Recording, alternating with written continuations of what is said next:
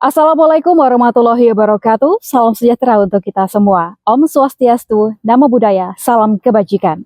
Selamat datang di SMK Negeri 1 Padang Lawe. Berdiri di perbatasan Provinsi Sumatera Barat dan Provinsi Riau, peserta didik SMK Negeri 1 Padang Lawe datang dari berbagai latar belakang suku dan budaya. Sekaitan dengan hal ini, saya Gaby Fitri Adrian selaku Koordinator P5 SMK Negeri 1 Padang Lawe akan mengajak Bapak dan Ibu melihat bagaimana sebuah proyek berbasis budaya Minangkabau, yaitu Batobo, dapat membantu peserta didik membangun integritas, berpikir kritis, dan siap menghadapi tantangan global.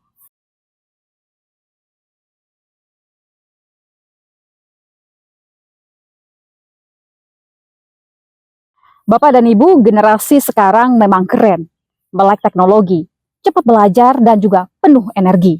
Tapi ada tantangan besar di balik semua itu. Banyak dari mereka yang masih kesulitan bernalar kritis dan bingung saat harus mempresentasikan ide di depan teman-temannya.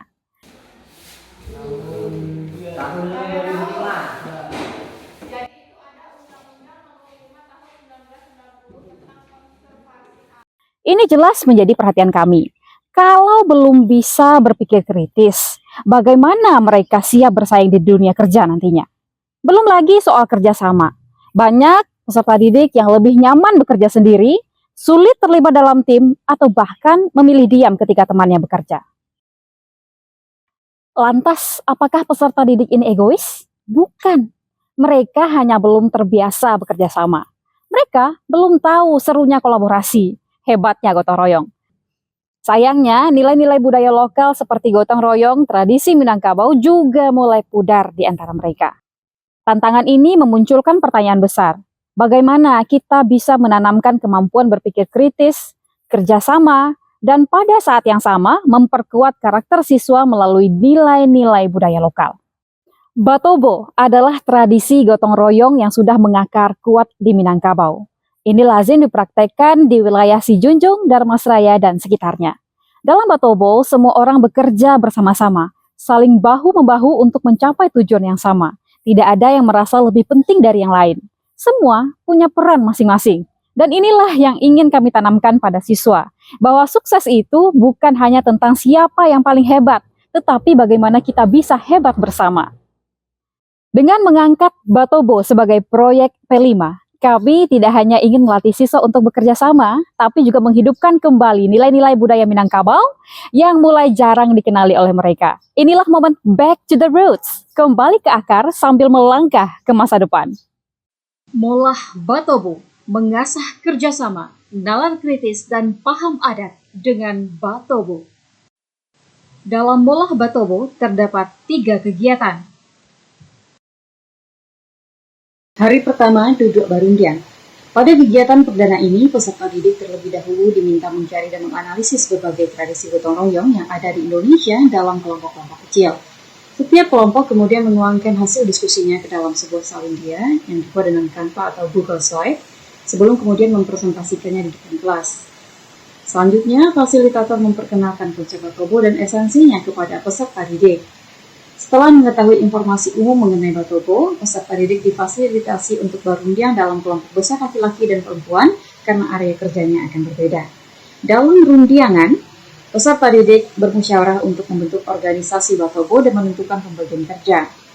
Di akhir musyawarah sudah ditunjuk ketua Tobo dan pengurus Tobo, sudah dibentuk kelompok kecil dengan penanggung jawab dan pembagian kerja yang jelas.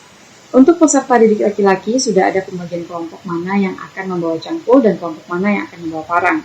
Sedangkan untuk peserta didik perempuan, sudah ada pembagian dalam kelompok kecil mengenai siapa yang akan membawa alat masak tertentu. Assalamualaikum warahmatullahi wabarakatuh. Waalaikumsalam. Pada kegiatan hari pertama ini sudah tampak kemajuan yang diharapkan pada kemampuan siswa dalam bernalar kritis, mempresentasikan hasil pemikirannya, dan juga bekerja sama dengan rekan sebayanya. Di penghujung kegiatan, peserta didik bergotong royong mencari kayu bakar yang akan digunakan untuk memasak esok hari. Para murid mengumpulkan sisa-sisa kayu pembangunan sekolah dan ranting-ranting pohon yang sudah kering. Hari kedua, Molah Batobo. Murid membawa alat kerja yang sudah mereka rancang di hari sebelumnya. Setiap kelompok didampingi oleh satu orang fasilitator yang akan memastikan mereka memiliki regulasi diri yang baik terkait penggunaan alat tajam. Peserta didik laki-laki kemudian diberi luasan area tertentu sebagai target proyek kelompok yang harus mereka kerjakan. Sementara itu, setiap kelompok perempuan diberikan sekeranjang bahan makanan yang harus mereka olah sebaik mungkin. Terlihat fokus pengembangan dimensi di hari kedua ini adalah penguatan kerjasama di antara siswa, penanaman nilai-nilai budaya gotong royong Minangkabau, dan membimbing siswa agar bisa bersikap mandiri dan kreatif menghadapi tantangan yang diberikan. Dengan bekerja bersama-sama, maka terbentuklah kekompakan yang selama ini belum pernah ada. Perkembangan yang cukup menggembirakan juga terjadi pada kelompok perempuan, di mana mereka berbagi tugas untuk memasak sekeranjang bahan makanan yang sudah diberikan. Para peserta didik belajar memasak makanan dari nol, mulai dari membuat api, mencuci bahan, memotong bahan, hingga bisa menyajikan kolak kepada teman-teman mereka. Setelah area yang menjadi tanggung jawab kelompok laki-laki selesai dibersihkan dan kolak sudah matang, saatnya makan bersama. Peserta didik sebelumnya sudah mandiri membawa alat makan masing-masing dari rumah, dan kelompok perempuan bertanggung jawab membagikan kolak yang sudah dimasak secara adil sehingga semua peserta didik dan warga sekolah mendapatkan. Hari ketiga, makan bajamba. Di hari terakhir ini, peserta didik diwajibkan memakai pakaian tradisional Minangkabau, di mana perempuan memakai baju basiba dengan tanduk, kemudian laki-laki memakai baju talok balango dengan sesampian. Kegiatan diawali dengan penjelasan mengenai terapi duduk, di mana perempuan Minang dianjurkan untuk duduk basingkuah, sementara laki-laki duduk baselo. Diajarkan juga bagaimana cara duduk yang benar dan bagaimana adab duduk dalam perjamuan. Selanjutnya, peserta didik dibagi dalam kelompok-kelompok kecil untuk makan bajamba. Peserta didik makan bersama dengan mematuhi aturan makan bajamba, di mana tangan tidak boleh dimasukkan ke dalam mulut. Makanan seperti dilemparkan ke dalam mulut, sehingga tidak mengkontaminasi makanan yang akan dimakan bersama-sama. Dengan praktek langsung seperti ini, peserta didik bisa memahami lebih jauh lagi mengenai tradisi makan bajamba di ranah Minang. Setelah semua peserta didik selesai makan dan membereskan makanannya, acara ditutup dengan mendoa. Berdoa bersama-sama berdasarkan syariat Islam. Capek, Miss. Tapi happy. Happy, Miss. Belajar gotong royong tradisi adat Minangkabau, Miss. Sedikit capek, tapi senang, Miss. Karena bisa lebih kompak sama teman-teman, Miss. Baiklah, terima kasih Ibu. Menurut saya, kegiatan Batobo itu sangat bagus sekali dilaksanakan di sekolah. Dikarenakan dari kegiatan Batobo itu, siswa di sekolah tahu dengan kebiasaan adat di Minang.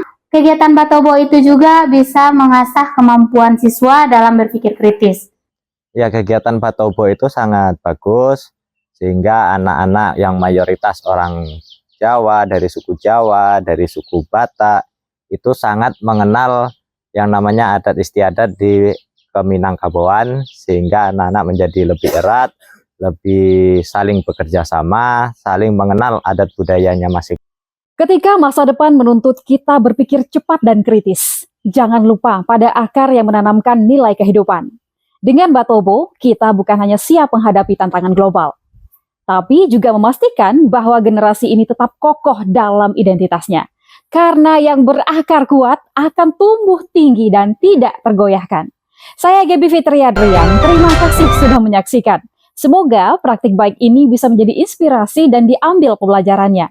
Wassalamualaikum warahmatullahi wabarakatuh. Sampai jumpa.